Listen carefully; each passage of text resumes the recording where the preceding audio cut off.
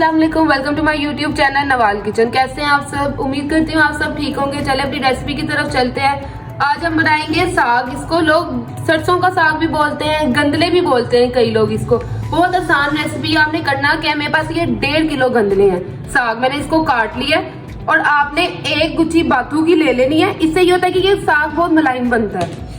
और आपने साथ ही हरी मिर्चें ले लेनी है 7 से 8। आपने करना क्या, आपने इसको प्रेशर में बनाना है। प्रेशर में बहुत जल्दी, कम से कम 20 मिनट में ये गलता है। चले हम आपको बताएंगे आपने करना क्या। सबसे पहले आपने एक प्रेशर लेना, उसमें आपने थोड़ा सा साग डालना है।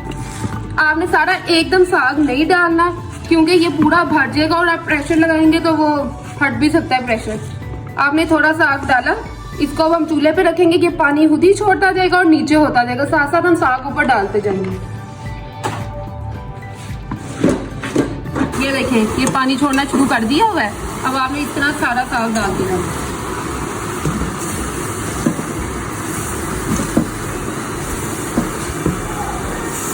जब ये बिल्कुल पानी छोड़ देगा फिर हम आपसे तब मिलेंगे। ये देख सकते हैं आप, मैंने इसमें पानी कुछ नहीं डाला था, ये सब नीचे हो गया। अब आपने इसमें बाथू ऐड कर देना है।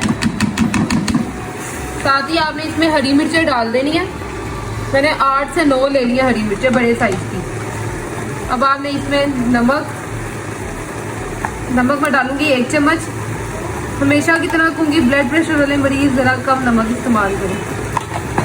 हल्दी डालेंगे हम आधे से थोड़ा ज़्यादा चम्मच। थोड़ा सा इसमें पानी डालेंगे, बिल्कुल थोड़ा सा, क्योंकि ये पानी खुद ही छोड़ देती है। और अब हम इसको वेट लगवाएंगे। इसको वेट आपने कम से कम 20 मिनट के लिए लगवाना है बस, इससे ज़्यादा नहीं, क्योंकि ये 20 मिनट में गल जाएगी।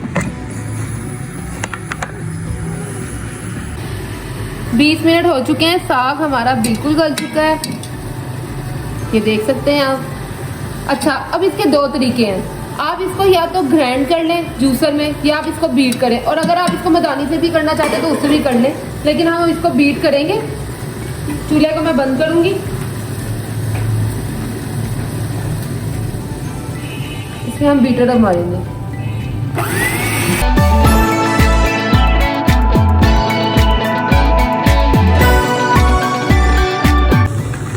ये देखें, इसको मैंने बीट कर लिया।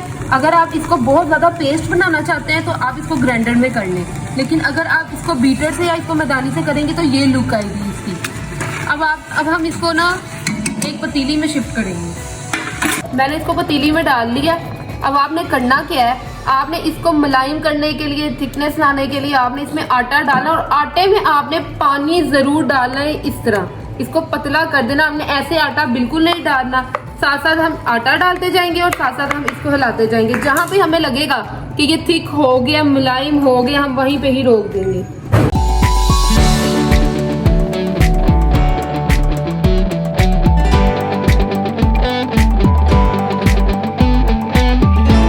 ये देखिए, मेरा बिल्कुल ठीक हो गया। इसको हम आटे को थोड़ी देर पकाएंगे ताकि इसमें से कचैन ना आए।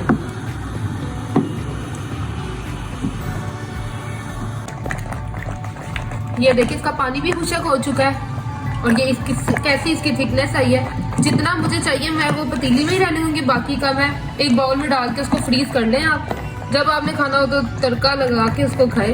देखिए, जबरदस्त हो गया हुआ।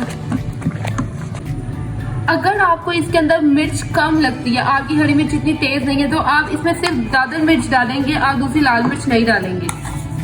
थोड़ी सी मैंने दादर मिर्च डाल दी है इसमें। इसको मिक्स कर लेंगे। दूसरी तरफ अब हम इसको तड़के के लिए रेडी करेंगे। ये मैंने देसी घी लिया है, मैंने इसको अब ये भी निकाला है फ्रेश। इसका तरीका भी मैं आपको 1-2 दिनों में बताऊंगी जरूर। कई इसको लहसुन का तड़का लगाते हैं, कई इसको अदरक का। ज्यादा इसको अदरक का तड़का लगाया जाता है।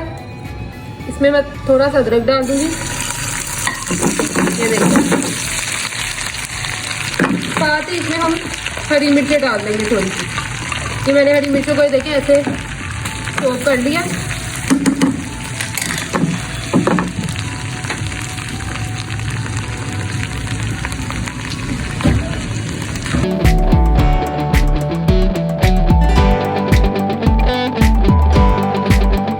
तड़का हमारा रेडी हो रहा है, तब तक हम इसको डिश अप करते हैं।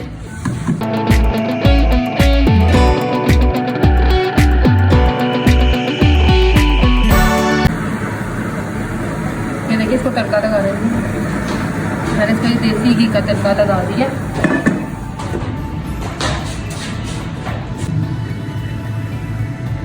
इस पे हम मक्खन डालेंगे।